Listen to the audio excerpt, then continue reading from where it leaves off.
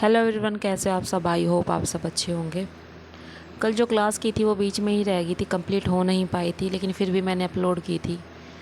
बस इसके अंदर से 5 क्वेश्चन बचे थे। 25 को हम डिस्कस कर रहे थे, 25 क्वेश्चन नंबर को डिस्कस कर रहे थे। ऑलमोस्ट कवर हो चुका था, है ना। तो 25 क्वेश्चन हो चुके, तो इसको ये ना कंप्लीट डिस्कस कर लेते हैं, ठीक है। अल्काइंड की थ्योरी आज हम कंप्लीट ही कर लेंगे भाई। ये इतनी बार क्वेश्चन आ चुका है 2018 के अंदर, तो क्या पता कि भाई परसों जो हमारा एस्टेट का पेपर होने वाला है ना, तो क्या पता आ जाए। तो इसको कंप्लीट डिस्कस कर लेते हैं, ठीक है। अल्काइंड की थ्योरी का जो नाम है ना, क्या है, थ्योरी ऑफ ईगोसेंट्रिज्म।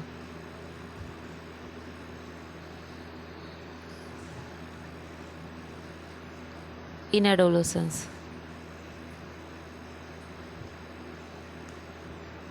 ठीक है।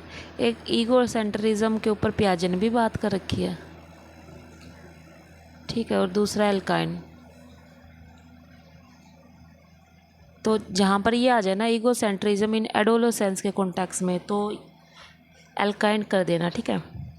हो गई ना। तो एल्काइन की थ्योरी का नाम क्या रहेगा, ईगोसेंट्रिज्म इन एडोलेसेंस। ये ठीक है, हो गया। दोबारा कर देते हैं, ईगो सेंट्रिज्म इन एडोलेसेंस।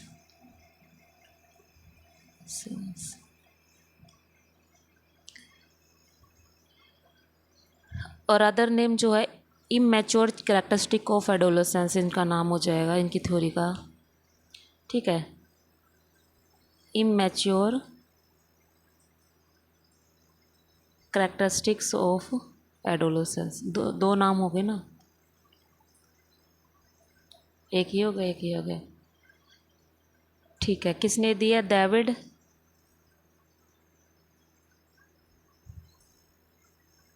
डेविड एल्काइन ने, ठीक है। अब ये पूछा है कि ईगोसेंट्रिज्म होता क्या है। ईगो सेंट्रिज्म क्या होता है ना, कई बार वर्ड आ चुका है।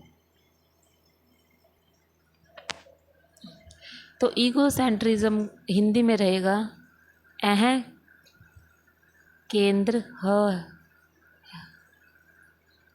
केंद्रवाद। क्या होता है इसमें, क्या होता है कि जो एडोलेसेंस है ना, क्या करता है कि ये दूसरे के पॉइंट ऑफ व्यू से ना चीज़ों को समझता नहीं है, ठीक है।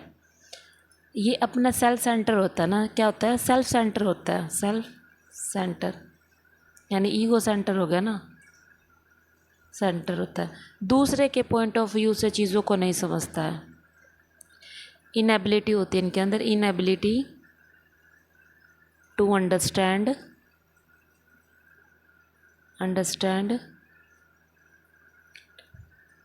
अदर पॉइंट ऑफ व्यू, यानी दूसरों के दृष्टिकोण को समझने में जो है असमर्थ होता है। ये अपने आप पे ज़्यादा फोकस करते हैं, यानी कि हम जो कह रहे हैं, हम जो सोच रहे हैं ना, वो हमारा नज़रिया जैसा है वो ठीक है। दूसरे के दृष्टिकोण से चीज़ों को पॉइंट ऑफ व्यू से नहीं सोचते, ठीक है। ये हो जाएगा हमारा ईगो सेंट्रिज्म। अब इसके अंदर ना दो कॉन्सेप्ट दिए थे। एक तो हमने किया था इमेजिनरी ऑडियंस, एक कॉन्सेप्ट था ये इमेजिनरी ऑडियंस। यहाँ पे क्या महसूस करता है बच्चा, क्या कल्पना करता है कि सभी जो क्या कर रहे हैं, सभी मेरी ही तरफ के देख रहे हैं ना, उसी यानी किशोरी की तरफ, सभी क्या करता है, सभी किशोर की तरफ ही देख रहे हैं, तरफ देख रहे हैं,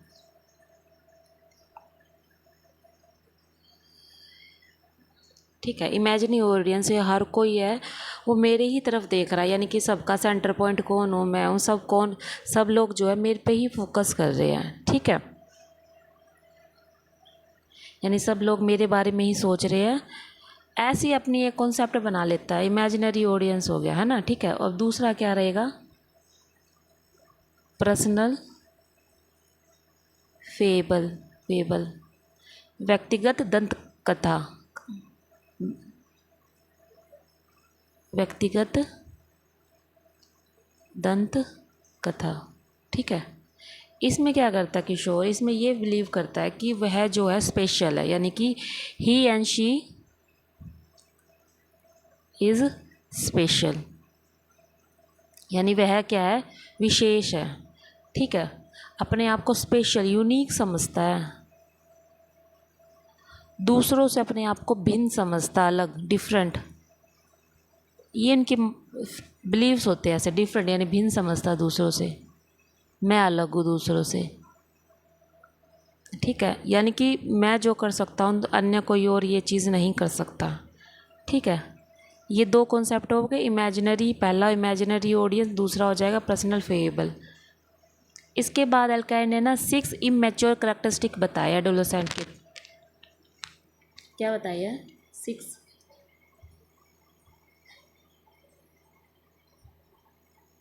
करेक्टरिस्टिक बताया एडोलेसेंट्स के।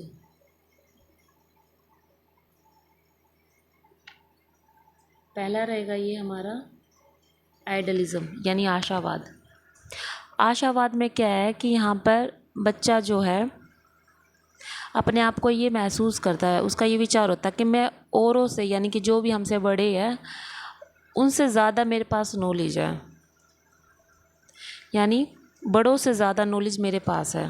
ठीक है, आइडलिज्म में अपनी नॉलेज को प्रायोरिटी देता है, यानी कि दूसरों से ज़्यादा बेहतर नॉलेज है मेरे पास, जो कुछ जानते हैं हम अपने, मतलब अपने जैसे एल्डर्स होते हैं ना कि भाई आपको तो कुछ पता नहीं है, हमें ही सब पता, हम जो सोच रहे हैं वो सही सोच रहे हैं। तो दूसरों में ना ये क्रिटिसाइज़ करते हैं दूसरे लोगों के, यानी कि आप जो जैसा सोच रहे हो वो गलत सोच रहे हो, मेरी थिंकिंग सही है। अपने आप को सुपीरियर रखते हैं, यहाँ पर अपने आप को बेहतर बताते हैं कि हाँ हमारा जो सोचने का नज़रिया वो आपसे अलग है और आपसे अच्छा है, बेटर है। ठीक है, आइडलिज्म में ये हो जाएगा बेटर देन एडल्ट। ठीक है, बेटर देन अडल्ट आ जाएगा। ठीक है, अब सेकंड रहेगा आर्गुमेंटेटिवनेस, आर्ग्यूमेंटेटिवनेस, एक मिनट, आर्ग्यूमेंटेटिवनेस। इसके अंदर क्या करता है, इसमें क्या था, आर्ग्यू, तर्क वितर्क करते हैं ना, तर्क वितर्क। ये क्या करते हैं ना, जैसे अगर कोई किसी चीज़ मनवानी है बच्चे को, वो क्या करेंगे, अपने पापा से ना तर्क वितर्क करेंगे।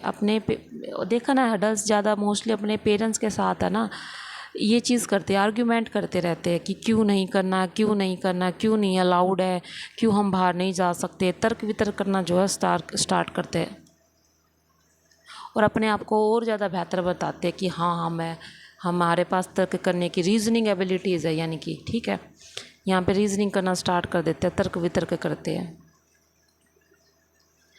आर्ग्यूमेंटेटिवनेस हो गया। अगला है स्पेशलनेस। तो स्पेशलनेस के अंदर क्या आ जाएगा, पर्सनल फेबल ये आ जाएगा। स्पेशलनेस यानी यूनिक, अपने आप को स्पेशल समझते हैं, है ना, स्पेशल, अपने आप को स्पेशल समझेंगे कि हम जो है भैया हम सब स्पेशल, हम दूसरों के जैसे नहीं हैं, दूसरों से अलग है, वही चीज़ पर्सनल फेवर वाली चीज़ आ जाएगी। ठीक है, और फिर इसके अंदर आ जाता है इनडिसिसिवनेस।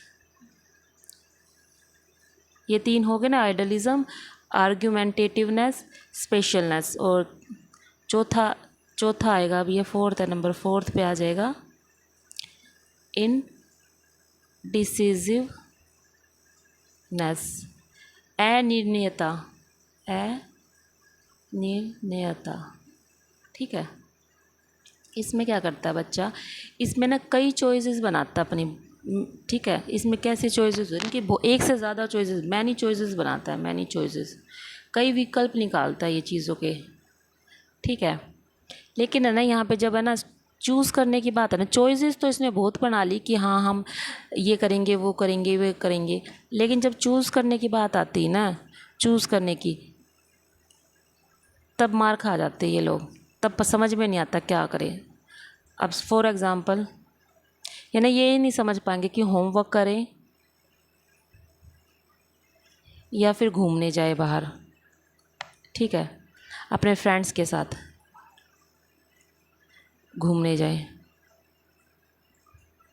यानी कि आप ये होमवर्क करना भी ज़रूरी है और फ्रेंड के साथ जाना भी ज़रूरी है, तो ये है ना डिसाइड नहीं कर पाते हम क्या। इन्होंने चॉइसेस तो बना ली कि आज शाम 5 बजे ना, पहले ये चॉइसेस तो बना लेते कि मैं घूमने भी जाऊंगा अपने फ्रेंड के साथ और मैं होमवर्क भी कंप्लीट कर लूँगा, लेकिन है ना जब डिसीज़न लेने की बात आती है ना, तो ये ना ढंग से डिसीज़न ले नहीं पाते, ठीक है। ये हो जाएगा हमारा इंडिसिसिवनेस। और अगला है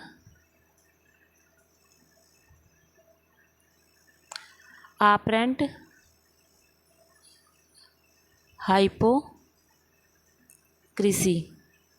दिखावा, इसे हिंदी में बोलेंगे दिखावा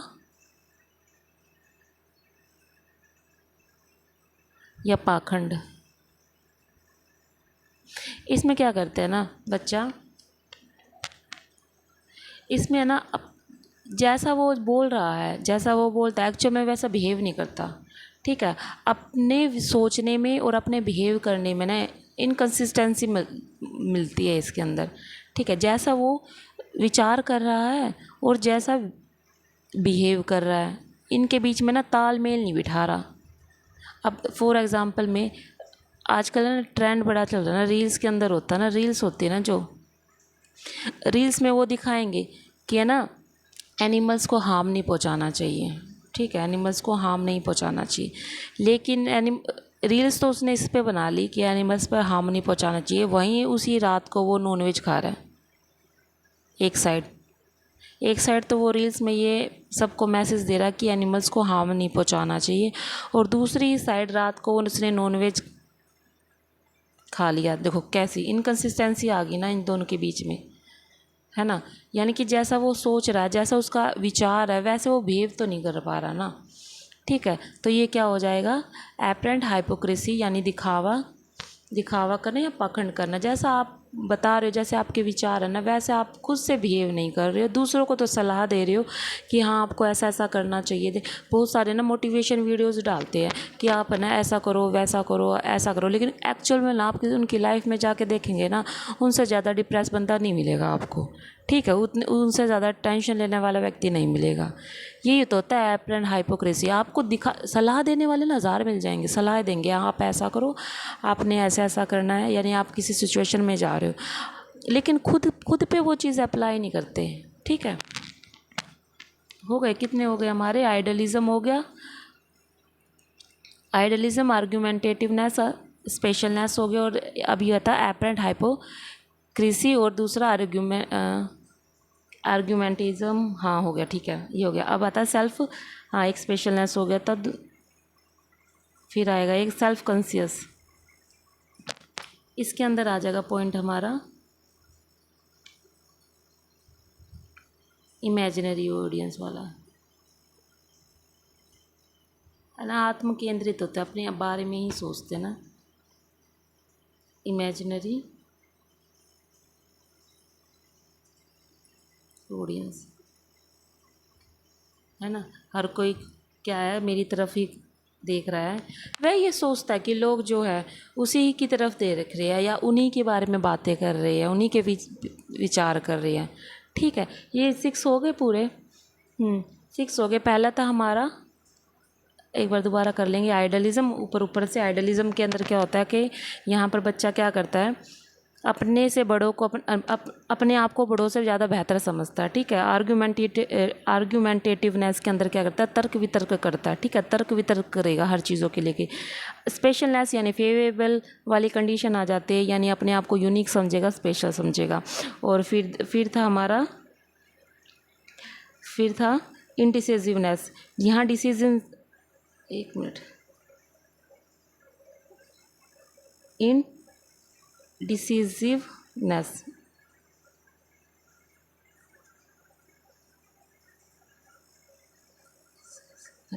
यहाँ पे क्या करेगा, चॉइसेस तो बहुत बनाएगा, यानी चॉइस तो बहुत लेगा, लेकिन जब चूज़ करने की बात आएगी ना, ढंग से चूज़ नहीं कर पाएगा। फिर आएगा हमारा एपरेंट हाइपोक्रेसी, इसके अंदर क्या करेगा, लास्ट है हमारा एपरेंट हाइपोक्रेसी, सारा मिक्स हो गया ना,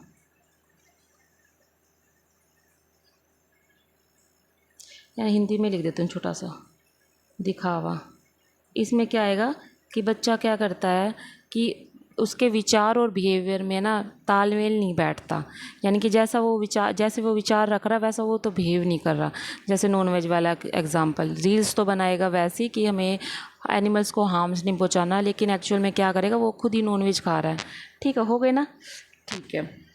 और specialness, self consciousness, apparent hypocrisy, indecisiveness, argumentativeness, idealism and criticalness हो जाएगा। ठीक है, ये हो जाएगी हमारी ईगोसेंट्रिज्म थ्योरी एल्काइंड की। ठीक है, अब इसके अंदर क्या करेंगे, हम इसमें पढ़ेंगे, अब पूछा गया कि बताना है कि कौन सा नहीं है बताना में। अभी हमने पढ़ा असर्टिवनेस नहीं आएगा इसके अंदर, बाकी ये तो आएंगी, ये आएगी आइडलिज्म, आर्ग्यूमेंटेटिवनेस और स्पेशलनेस। ठीक है, नेक्स्ट 26 क्वेश्चन नंबर, इसमें बताना कि डेमोक्रेटिक टीचिंग स्ट्रैटेजी नहीं है बतानी है। डेमोक्रेटिक टीचिंग डेमोस्ट्रेशन जो है टीचर देगी ना, तो ये प्रदर्शन नहीं आएगा। ठीक है, बाकी प्रॉब्लम सॉल्विंग, प्रोजेक्ट और डिस्कवरी जो चीज़ है चाइल्ड सेंटर्ड हो गई, तो ये चाइल्ड सेंटर है ना, बाकी ये आएगी सेंटर्ड आ गई। डेमो कौन देगा ना, टीचर देगी, टीचर, इसलिए ये TEA से। ठीक है, तो इसका आंसर हो जाएगा ऑप्शन नंबर 4। अगला है क्वेश्चन नंबर 27। क्वेश्चन नंबर 27 में क्या पूछा गया कि जो law of trial and error है जो कि थॉर्नडाइक ने दिया, वो सिमिलर है कॉन्सेप्ट ऑफ रीइंफोर्समेंट के, बताना कौन सा इनमें से जो रीइंफोर्समेंट के सिमिलर होगा। तो लॉ ऑफ इफेक्ट आएगा, प्रभाव का नियम, किसके सिमिलर है, रीइंफोर्समेंट के। कैसे, जैसे ना रीइंफोर्समेंट में क्या होता है कि आपको ना जब रिस्पॉन्स करने पर रीइंफोर्समेंट मिलता है ना, तो आप चांसेस होते हैं कि आप बिहेवियर को रिपीट करोगे, है ना, रिपीट होगा। ठीक है, यानी कि क्या हुआ कि जैसे ही आपने रिस्पॉन्स किया, रिस्पॉन्स करने पर क्या हुआ, आपको रीइंफोर्समेंट दिया गया, रीइंफोर्समेंट मिलने से क्या होगा, बिहेवियर में रिपीटेशन आएगी, दोबारा करोगे। और यही तो होता है लॉ ऑफ इफेक्ट भी सिमिलरली। लॉ ऑफ इफेक्ट में क्या होता है, यानी कि बिहेवियर करने पर आपको, जैसे आपने ना कोई बिहेवियर किया यानी रिस्पॉन्स किया, रिस्पॉन्स करने पर आपको क्या मिला है, आपको सेटिस्फाइंग हो गया, आपके सेटिस्फाइंग मिली, आपको कुछ ऐसा मिला जिससे आप सेटिस्फाई होंगे, तो फिर क्या होगा उससे, फिर बिहेवियर जो आप रिपीट होगा। ठीक है, सेम ही तो हो गया ना, दोनों चीज़ रीइंफोर्समेंट में यही है, आपको जब बिहेवियर करने पर आपको रीइंफोर्समेंट मिलती है, तो ये बिहेवियर किया, फिर रीइंफोर्समेंट भी किया, तो जो आपने बिहेवियर किया वो दोबारा आप ज़रूर करोगे, रिपीट करोगे। ठीक है, रिपीट बिहेवियर करोगे। ठीक है, और यही हो जाता है हमारा लॉ ऑफ इफेक्ट भी और रीइंफोर्समेंट भी। ठीक है, तो लॉ ऑफ इफेक्ट इसका आंसर आ जाएगा। नेक्स्ट क्वेश्चन है क्वेश्चन नंबर 28। क्वेश्चन नंबर 28 में पूछा गया है कि बताना है मॉडलिंग इफेक्टिव टीचिंग मेथड को किसके लिए सही है ना, किन के लिए सीखे। चाइल्ड विद विजुअल इम्पेयरमेंट, भाई विजुअल आ गया ना, जो लोग देख नहीं सकते उसके लिए मॉडलिंग कैसे ही सही होगी, ये तो ऑप्शन हो जाता है गलत। चाइल्ड विद लर्निंग डिसेबिलिटीज़, खाली लर्निंग डिसेबिलिटीज़ के लिए मॉडलिंग सही नहीं रहेगा। एसिड अटैक विक्टिम विक्टिम के लिए भी नहीं, विक्टिम्स जो होते हैं उनके लिए भी नहीं ठीक रहेगा। लेकिन हाँ, हम ये ज़रूर कह सकते हैं ना, इंटेलेक्चुअल डिसेबिलिटीज़ जो होती है ना, उसके अंदर भी तो लर्निंग आ जाता है ना, ये थोड़ा वास्ट हो जाता है, ये थोड़ा नैरो हो जाता है। तो इसलिए कह सकते हैं कि ऑप्शन नंबर 4 जो है, चाइल्ड विथ इंटेलेक्चुअल डिसेबिलिटी, यानी कि जिन बच्चों की बुद्धि क्षमता कम है या बौद्धिक अक्षमता युक्त बच्चों के लिए जो है मॉडलिंग सही रहेगा, मॉडलिंग टीचिंग। ठीक है, ऑप्शन नंबर जो 4 है वो सही रहेगा।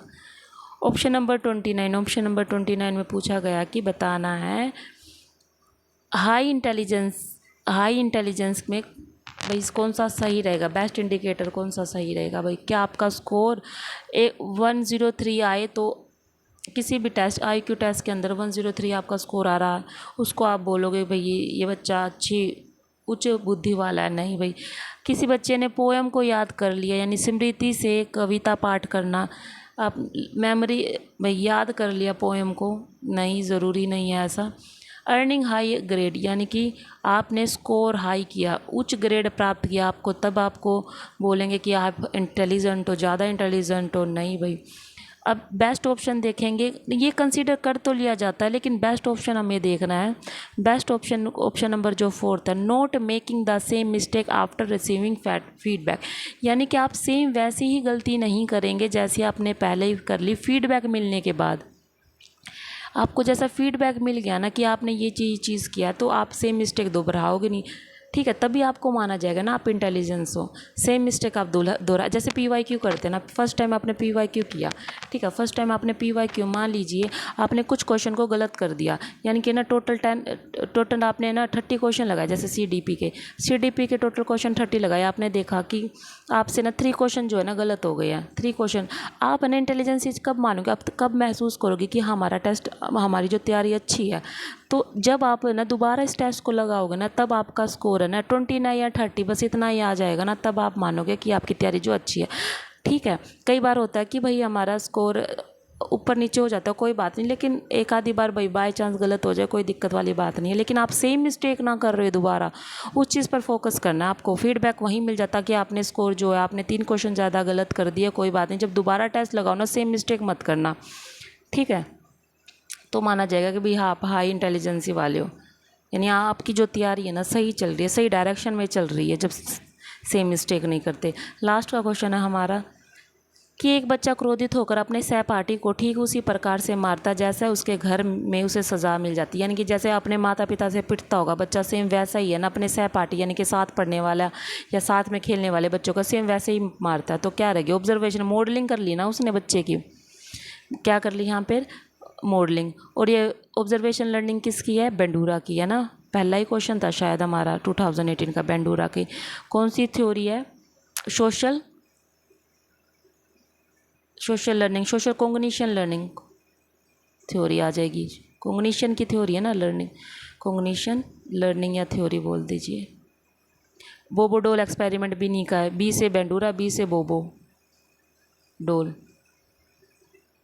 ठीक है, और सेम, यानी बच्चे ने क्या किया, बच्चे ने घर में जैसे सज़ा मिल रही थी वैसे अपने सहपाठी को जो है मार दिया। क्या हो जाएगा, ऑब्जर्वेशनल लर्निंग, यानी मॉडलिंग कर ली ना।